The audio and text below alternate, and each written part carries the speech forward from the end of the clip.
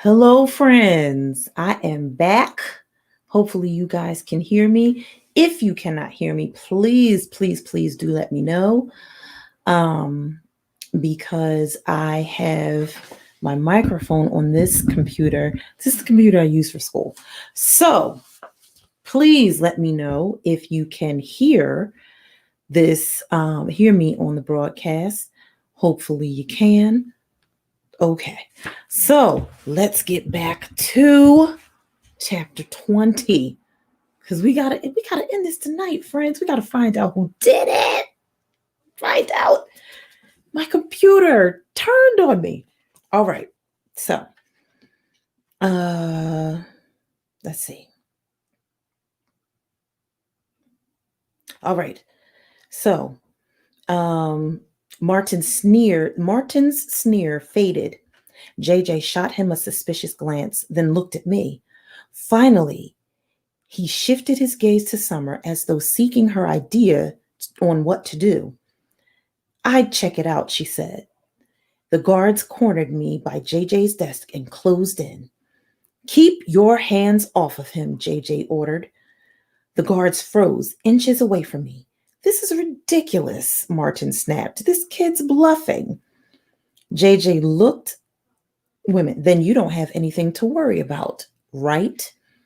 JJ took the flash drive from me and plugged it into his computer. It only took him a few seconds to find the first incriminating documents. He turned to Martin, stunned. What's going on here?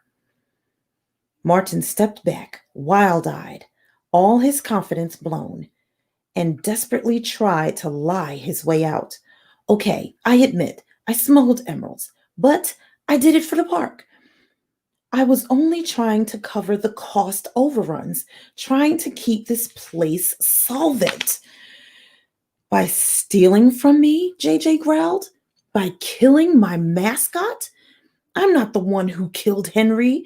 Martin spun and pointed at Buck. He did. Buck stared bullets back at me. Now you're just talking crazy. I'm not. Buck found out I was smuggling and tried to blackmail me into giving him a cut. He confronted me one night at Hippo River after I'd brought in a big shipment. Buck grabbed Martin and started to arrest him. Enough of your lies.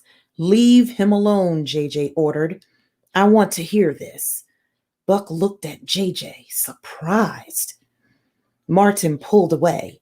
His haughty demeanor had vanished. Now he was begging for mercy. I have over 2 pounds of emeralds in a plastic bag, and Buck wanted them. I needed to hide them fast, so I threw them into Henry's pool. I figured they'd just sink to the bottom, but that lousy hippo ate them.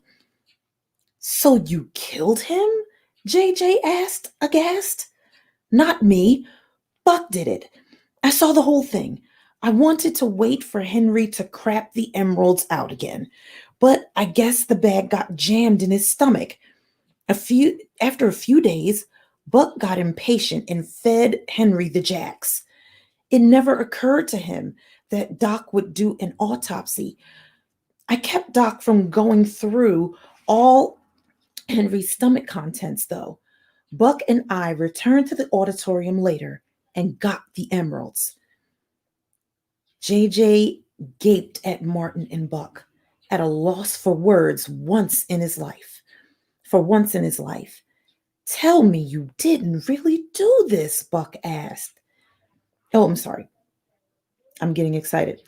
Tell me you really don't believe this, Buck asked. They've got proof the guy's a criminal. And now he's just trying to bring down everyone else. I'll bet he's the one who killed Henry. He always hated that hippo. Without waiting for an answer, he snapped a pair of handcuffs off his belt.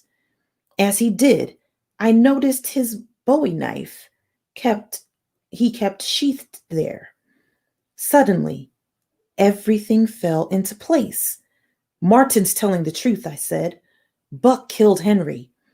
and he freed the mamba and let the tiger out. Every pair of eyes in the room shifted to me. Oh, now don't tell me we're going to listen to this little troublemaker, Buck snarled. He's done more damage to this park than anyone. Shut your pie hole, JJ snapped. Let him talk. And then he turned to me expectantly.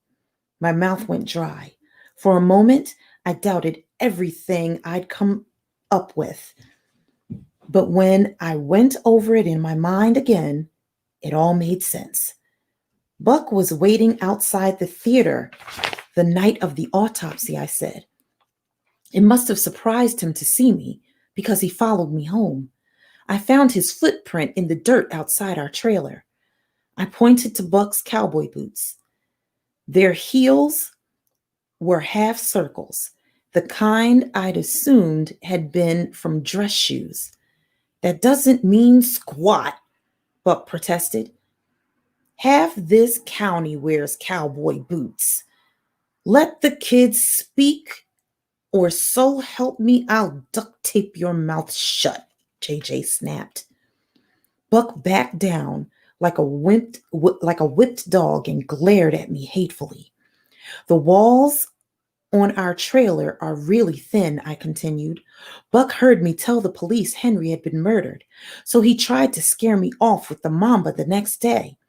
He runs the security system, so he knew how to shut off the cameras in Reptile World to hide the fact that he was there.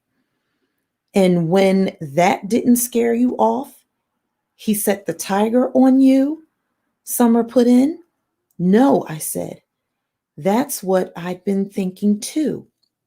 But the tiger wasn't meant for me. It was meant for someone else who was on the walkway that night. Doc. What? JJ asked. All of a sudden, he wanted to kill Doc too? I didn't want to kill anyone, Buck shouted. Shut up, JJ roared at him. At first, Buck thought I was the only problem, I explained. But the night before the party, I told him that Doc was the one who'd learned that Henry had been murdered and who'd autopsied all the other animals. Then Buck realized Doc was the real threat. He knew about Henry's murder, the smuggling, everything. If Buck got rid of Doc, he got rid of all the evidence.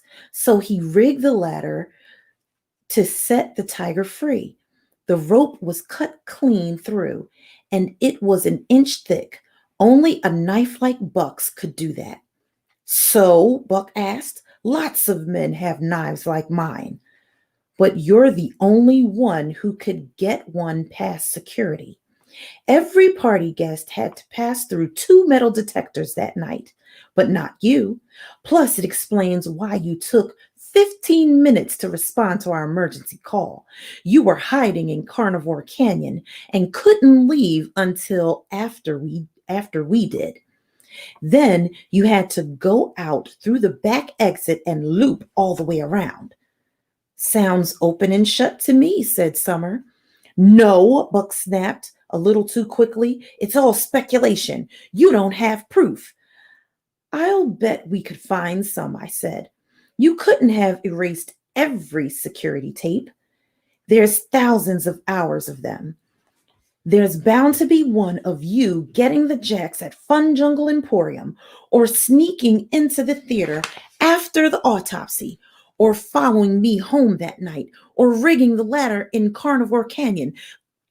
This is insanity, Buck spoke directly to JJ now. The kid's making everything up. He's just trying to protect his parents. There's evidence against them. All of which you provided, JJ replied. He pointed to the 2 security officers. Go to the security room and lock down every tape we've got from the past 2 weeks. JJ, please. Buck now looked desperate and wounded.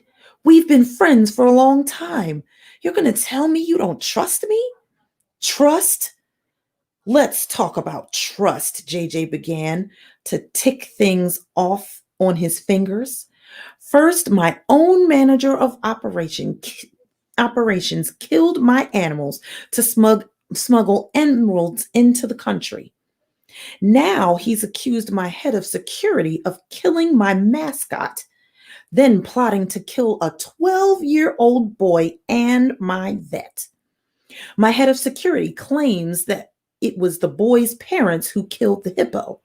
But the only person who appears to have been doing any actual investigating around here at all is the boy, who managed to turn a lovely funeral into a national travesty on live television today. That doesn't include my PR director, who's botched everything he's laid his hands on, and a security staff that's so incompetent they couldn't find their own rear ends in the mirror, bodyguards who can't control a 13-year-old girl, and my own daughter who's been slinking around behind my back every chance she's got and thinking I wouldn't notice. As JJ spoke, he was getting angrier and angrier, as though he'd been struggling to hold his rage in for some time, but was now ready to explode. Frankly, it doesn't seem that I should trust anyone here at all, because every single person I've trusted has been up to something and I'm sick of it. The entire room fell silent, ashamed. It's not like you're completely honest either, I said. JJ wheeled on me, stunned I dared to accuse him. What did you say? My parents and I saw your plans. You're going to build thrill rides in the animal exhibits. Daddy! Now it's Summer's turn to look betrayed. How could you? I'd heard J.J. McCracken could outtalk any businessman in the world, but apparently this didn't hold true for his daughter. He crumbled under her gaze, stammering, Those were just prototypes. They're not. But Grassley suddenly bolted for the door. He was surprisingly fast for an old man, and everyone was too distracted by JJ to respond quickly. Buck slipped past his security men and Summer's bodyguards and dashed for the hall, when Large Marge stepped into his path and pitched him in the nose and punched him in the nose. There was a loud crack, a small spurt of blood, then Buck dropped flat on his back unconscious. Marge cracked her knuckles and looked at J.J. McCracken square in the eyes. Who are you calling incompetent? She asked. Epilogue. Hippo River. I raced across Fun Jungle as fast as my legs would carry me. It was tough going, though. The concourses were so packed with tourists, there was barely room to move. There had been plenty of concern that the string of publicity disasters would hurt Fun Jungle's business. But if anything, the opposite had occurred. The park was busier now, a month after all the trouble, than it had been before. The scandal about Henry's murder had been headline news all over the world. If you believed that there was no such thing as bad publicity, J.J. McCracken couldn't have bought more of it. The footage of the escaped tiger and the plummeting hippo coffin had been viewed millions of times on YouTube. Now people wanted to see the places the events had taken place themselves. Which wasn't to say people weren't coming to see the animals at all. They were, although the more cautious guests tended to avoid Carnivore Canyon, no matter how much Pete Thwacker spent insisting that no more tigers would escape. As I ran past Safariland, I noted that the wait for the tram was an hour long. In addition, a line of people snaked out the door of the Polar Pavilion. Although they might have been less interested in seeing the penguins than getting out of the they might have been less interested in seeing the penguins than getting out of the 100-degree heat. Doc, ever the pessimist, groused that it was all too good to last. Given the financial straits Martin Delgado had left the park in, he figured it was only a matter of time until Fun Jungle had to start selling the wildebeest to hot dog factories to make ends meet. Dad insisted Doc was joking, but I wasn't so sure. Mom pointed out that, of everyone, Doc should be optimistic. After all, he could have been in jail. I rounded Amazon Adventure and Hippo River came into view. J.J. McCracken had decided not to press charges against Doc. Either J.J. believed Doc wasn't really guilty because Martin had blackmailed him into helping with his scheme, or he simply didn't want to lose his best vet for 5 to 10 years. He'd also kept Doc's daughter's connection to the ALF a secret, as had everyone else involved. But JJ had gone after everyone else who betrayed him with a vengeance. He'd used his political clout to ensure Martin and Buck were arrested without bail and put his top attorneys on the case to make sure they both went to prison for a long time. Of course, JJ also made sure Pete Thwacker informed the press of all this to convince the public he was the good guy in this scandal. I reached the Hippo River restaurant and found it closed. This was surprising. The restaurant was usually open all day, and there was always an hour wait. Now there was only a cluster of disgruntled tourists who kept checking their guide maps to see if they'd read the hours wrong. I checked my phone, thinking I'd made a mistake as well. But there was a text from Mom. Come to the HR restaurant ASAP. I called Mom. She didn't answer. Instead, 15 seconds later, she opened the door and furtively waved me inside as though worried she'd be caught in the act. What's going on? I asked. Mom put a finger to her lips and signaled me to follow her. The restaurant looked a lot bigger when it was almost empty. Most of the lamps were off, so it was dark and cave-like. The only light coming from the massive windows that looked into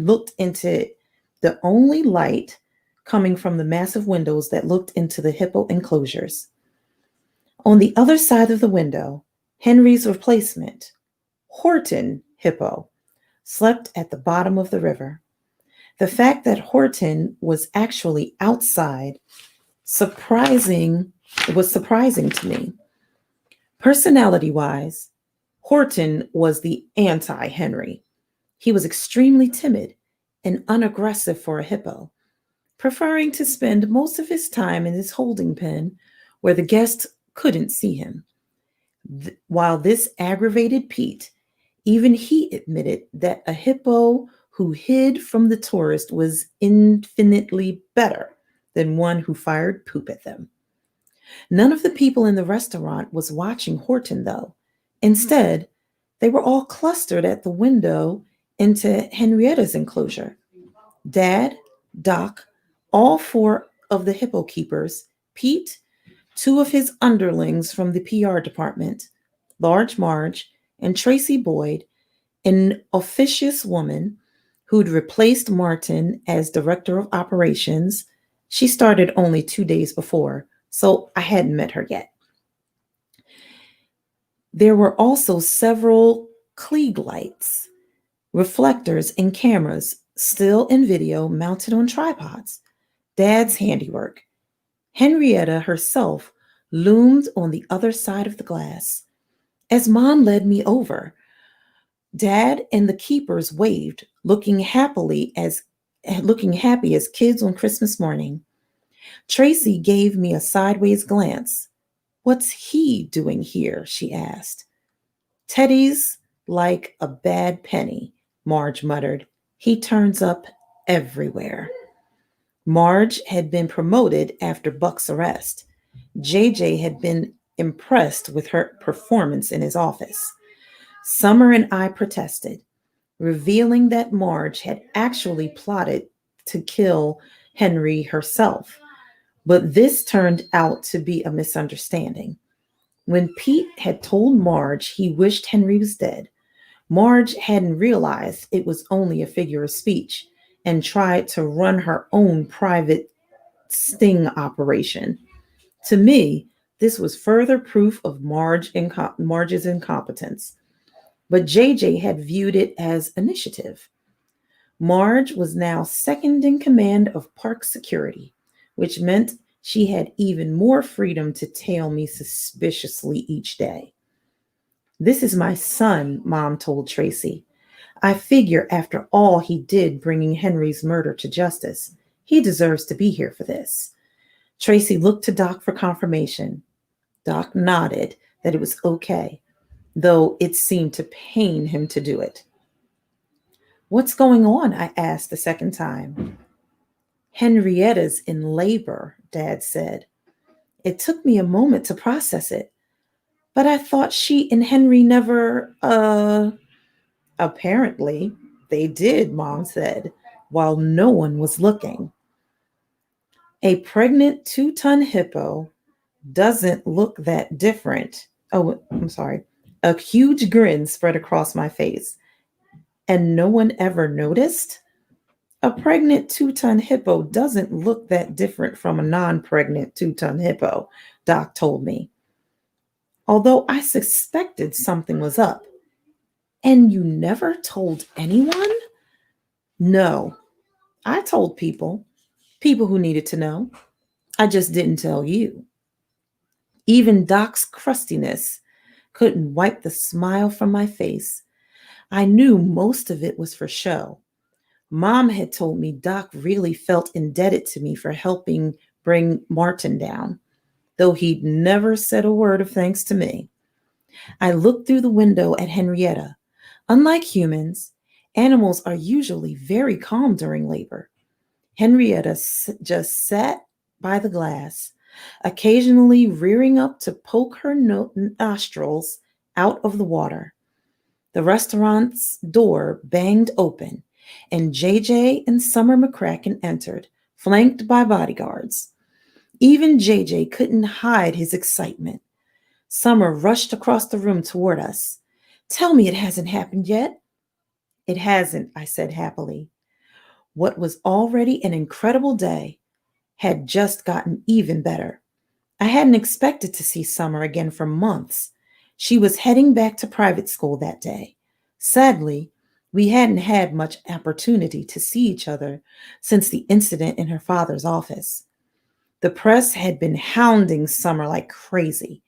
Half the magazines in the country still seemed more interested in her reaction to Henry's murder than in the story behind it. And JJ had warned her bodyguards that if she gave them the slip again, they'd be fired. We'd had lunch at the zoo twice, and I'd been invited out to the ranch once, but that hadn't been nearly enough time for me. I would have been happy to spend every day with Summer, though I wondered if she felt the same way about me. Now that there is no murder to solve, my life had become routine again, while hers had remained busy. I hadn't even had a chance to see her in the past few days. We'd had to say goodbye by phone, or so I thought. Aren't you supposed to be on a plane? I said. It's our plane, she replied. It leaves whenever we want it to, and we wouldn't miss this. Of course not, JJ agreed. He might have been a tough businessman to everyone else in the world, but he was a total pushover for his daughter. When she told him she'd never speak to him again if he built thrill rides inside the animal exhibits, He had immediately promised not to, or at least he promised for now. "Hey," Dad said, "it's happening." We all turned to the window.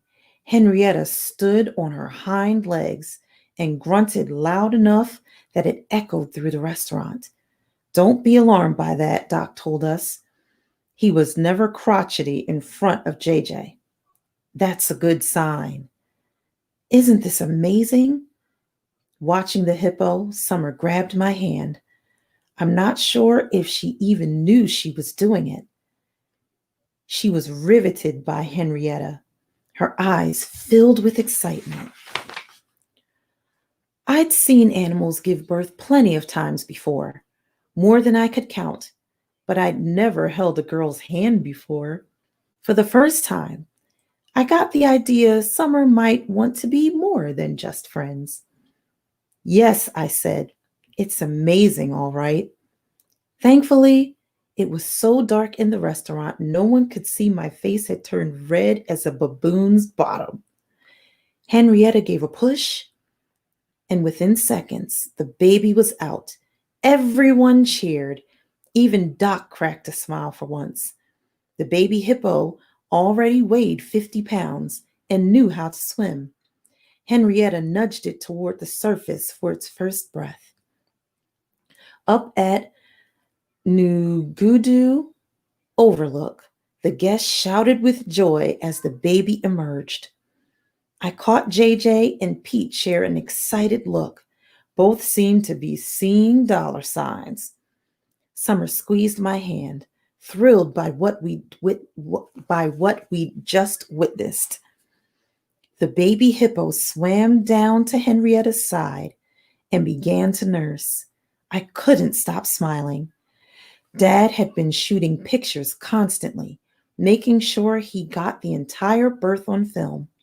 Mom stood by his side. "I'll be darned," she said.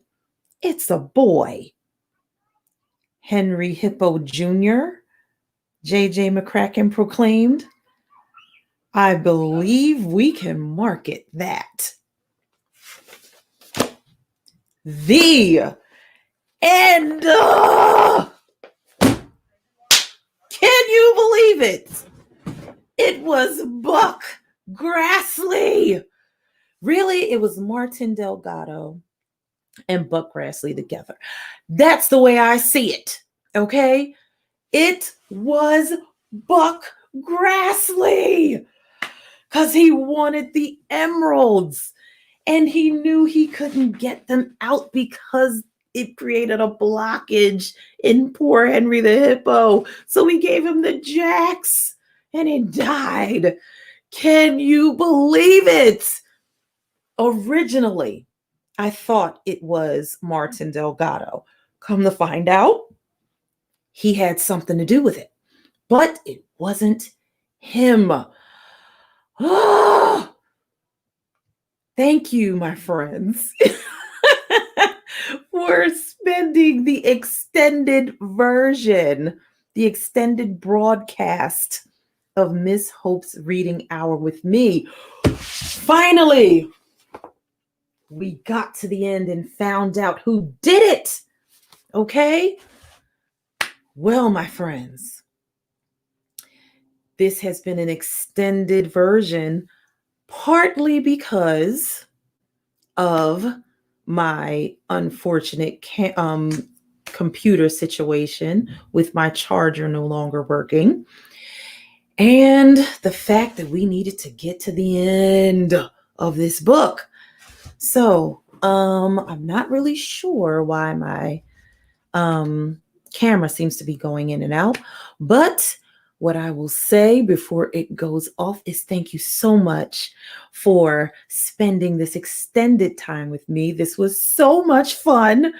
So glad that we got to get to the end of it today on this fabulous Friday. Yay. Okay. And I wish you a great weekend. Have a great weekend. Stay safe. Have fun. Get some fresh air. Of course, going outside wearing a mask and with proper social distancing. And I look forward to seeing you right back here on a marvelous Monday, right here on Miss Hope's Reading Hour. So, with all of that being said, have a great weekend, and I will see you next time.